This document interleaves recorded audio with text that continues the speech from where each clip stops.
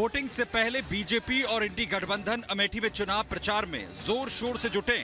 Amethi Lok Sabha seat से स्मृति ईरानी जहां तीसरी बार चुनावी मैदान में हैं, तो वहीं गांधी परिवार के विश्वास पात्र केएल शर्मा पहली बार मैदान में उतरे। कहा यह जा रहा है कि बेशक किशोरीलाल शर्मा राष्ट्रीय राजनीति में इतने चर्चित नाम ना हो, लेकिन इस बार बीजेपी को वो कड़ी चुनौती दे सकते हैं। ऐसे में इस बार राहुल गांधी के अमेठी के बजाय रायबरेली से चुनाव लड़ने ने कई सवाल खड़े कर दिए। सवाल ये उठ रहा है कि राहुल गांधी ने अमेठी छोड़कर रायबरेली से चुनाव लड़ने का निर्णय क्यों किया।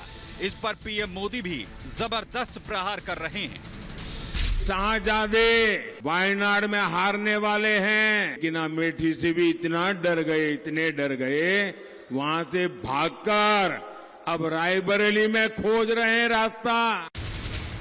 स्मृति ईरानी लगातार कह रही हैं कि राहुल गांधी हार के डर की वजह से अमेठी से चुनाव नहीं लड़ रहे हैं।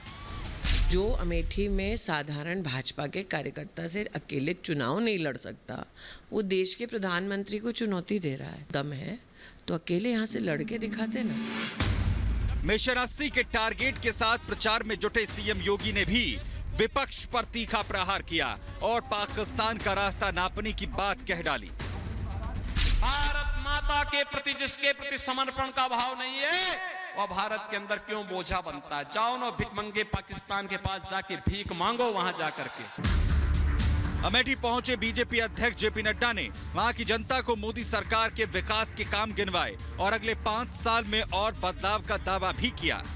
ये जवाहरलाल नेहरू जी के टाइम से लेकर ये राहुल बाबा के टाइम तक लेकर के ये मांगने वाला भारत था, आज मोदी जी के नेतृत्व में दुनिया को देने वाला भारत हो गया। ये गांधी परिवार के गढ़ को बचाने के लिए प्रियंका गांधी अमेठी की जनता के साथ भावनात्मक जुड़ाव बनाने की कोशिश कर रही हैं और बीजेपी पर लगातार हमले बोल रही हैं।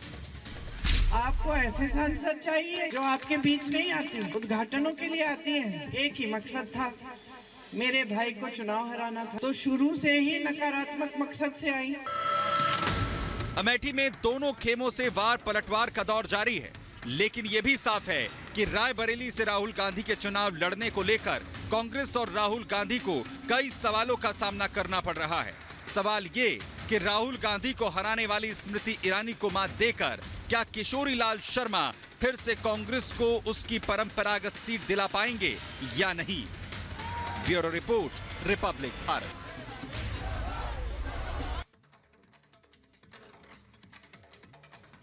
तो देखा आपने, अमेठी में चुनावी सरगर्मियां बड़ी तेज है और हमारे सहयोगी राघवेंद्र हमारे साथ जुड़ गए, क्योंकि दिन भर से आज देखा पारा बड़ा गर्म था, चुनाव का भी, मौसम का भी, और आज तो एक दूसरे पर हमले किए गए। पाकिस्तान और राम राज्य तक की चर्चा हुई आज। राघवेंद्र, क्या माहौल है अमेठी का? देखिए, अमेठी का माहौल बहुत गर्म है। हाँ। और इसलिए भी गर्म है क्योंकि पिछली बार जब कांग्रेस के राष्ट्रीय अध्यक्ष जब हारे थे तो वह कसक आज भी कार्यकर्ताओं में है कि इसका बदला कैसे लिया जाए। और लगातार प्रियंका गांधी आज 17 सभाएं की हैं, वहीं एक और मुख्यमंत्री योगी आदित्यनाथ की सभा रही, और भारतीय जनता पार्टी के जो राष्ट्रीय अध्यक्ष है जेपी नड्डा भी अमेठी से यहीं पे सभा करके गए। यहीं पर सभा करके गए हैं। आपने योगी आदित्यनाथ का जिक्र किया, इसलिए चर्चा की शुरुआत करूंगा, फिर आम जनता के पास जाऊंगा। राजेश जी समाजवादी पार्टी से हमारे साथ हैं, और आज मुख्यमंत्री योगी आदित्यनाथ ने कहा माफियाओं पर ऐसे ही प्रहार करते रहेंगे, लेकिन वो बार बार कहते हैं कि माफियाओं से प्रेम करने वाले उनकी कब्र पर जाकर फतिया पढ़ते हैं।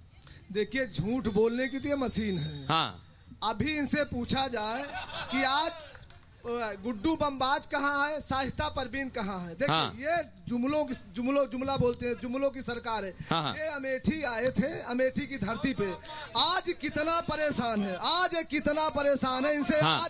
आज टीवी तो माफियाओं पर कार्रवाई ठीक हो रही है? हाँ, कार्रवाई ठीक हो रही है। माफिया बढ़िया, माफियाओं पर कार्रवाई कर रही है भारतीय जनता पार्टी। गिरिजा जी आ गए मेरे साथ। जी, मेरी बात सुनिए, हो रही है, लेकिन समय समय पर ये बदलते रहते हैं। जब इनको माफिया मारना होगा तो माफिया मारेंगे। तो मुख्तार और अतीक माफिया ही थे ना?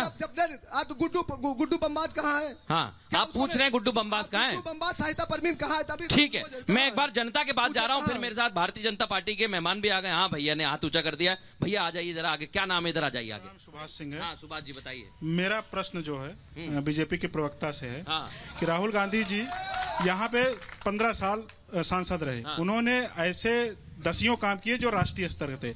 मेरा इनसे प्रश्न है कि 5 साल से सांसद है, केंद्रीय मंत्री हैं, 4-4, 5-5 विभाग इनके पास है, कोई 5 काम ऐसा बता दें जो राष्ट्रीय स्तर। ठीक है, 5 काम। चंद्रमौली जी मेरे साथ आ गए भारतीय जनता पार्टी का पक्ष रखने के लिए। 5 काम फटाफट, राष्ट्रीय स्तर के भी पूछना है और स्थानीय स्तर पर भी। राष्ट्रीय स्तर की पहले बात छोड़ें, पहले अमेठी की बात करें। हाँ करिए। अमेठी को मूलभूत सुविधाओं से वंचित रखा।